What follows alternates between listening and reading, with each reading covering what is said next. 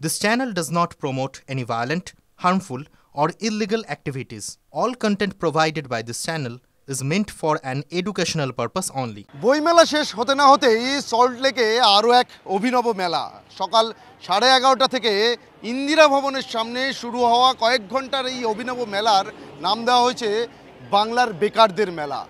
তবে এই নামটা পুরোটাই কিন্তু প্রতীকী। আর এই মেলার আয়োজন যারা করেছেন তারা হচ্ছেন 2022 টেট পাস বা টেট উত্তীর্ণ ডিএলএড যারা চাকরি প্রার্থীরা রয়েছেন। আর এই মেলার ভেতরের দিকে আমরা আস্তে আস্তে একটু এগিয়ে যাচ্ছি এবং কি কি বিক্রি হচ্ছে বা কি কি পাওয়া যাচ্ছে এই মেলাতে সেটাই একটু দেখে নেওয়ার চেষ্টা করি। একেবারে মেলার শুরুতেই কিন্তু এখানে প্লেটে করে একজন চাকরি প্রার্থী তিনি পরোটা, ডিম, তরকারি বিক্রি করছেন এবং তার পাশে আরও কিন্তু বেশ কিছু পসরা সাজিয়ে চাকরি প্রার্থীরা বসে রয়েছেন। কেউ সবজি বিক্রি করছেন, কেউ ছোলা মুড়ি বিক্রি করছেন, কেউ আবার বিক্রি করছেন চপ। একেবারে মেলার মধ্যেই কিন্তু গ্যাস জ্বালিয়ে কড়াইতে তেল গরম করে সেখানে চপ ভাজা হচ্ছে এবং সেই চপ ভেজে বিক্রি করছেন তিনিও কিন্তু একজন চাকরি প্রার্থী।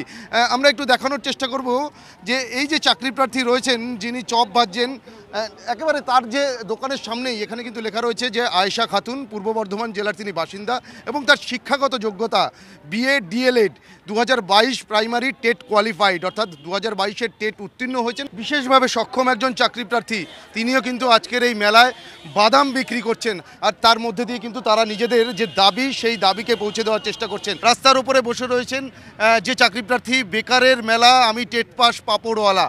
আজকের এই যে প্রতীকী প্রতিবাদ, এখানেই কিন্তু তাদের আন্দোলন বা দাবি শেষ হবে না। আগামীতে তারা আরও প্রয়োজনে বৃহত্তর আন্দোলনের পথেও তাদের এই দাবি পূরণ না হলে হাঁটবেন। আজকে আমাদের এই চপ ভাজার এটা কোনো কারণ নয়। আমাদের মাননীয় মুখ্যমন্ত্রী উনি বলেছিলেন যে যা করো চপ শিল্প করো, কাজে দেবে।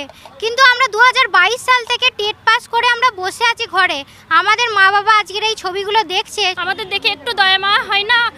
আমরা বলিনি যে অ্যাপয়েন্টমেন্ট লেটারটা আমাদের হাতে ধরিয়ে দিন, আমরা শুধু একটা সুযোগ চেয়েছি। আর দিদিকে বলছি, দিদি এইভাবে আর সম্ভব না, আমাদের সমাজটা এইভাবে এগোতে পারে না। এখানে বসে স্লোগানও তুলছি যে ও দাদা ভাই, ও দিদি ভাই, লেবার নেবেন নাকি? শিক্ষা দপ্তর খোলা রাখার কি দরকার? বন্ধ করে দেওয়া হোক।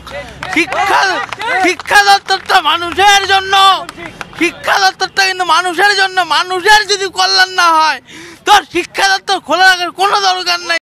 ক্যামেরায় কল্যাণের সঙ্গে সুপ্রিয় গুহ, টিভি 9 বাংলা।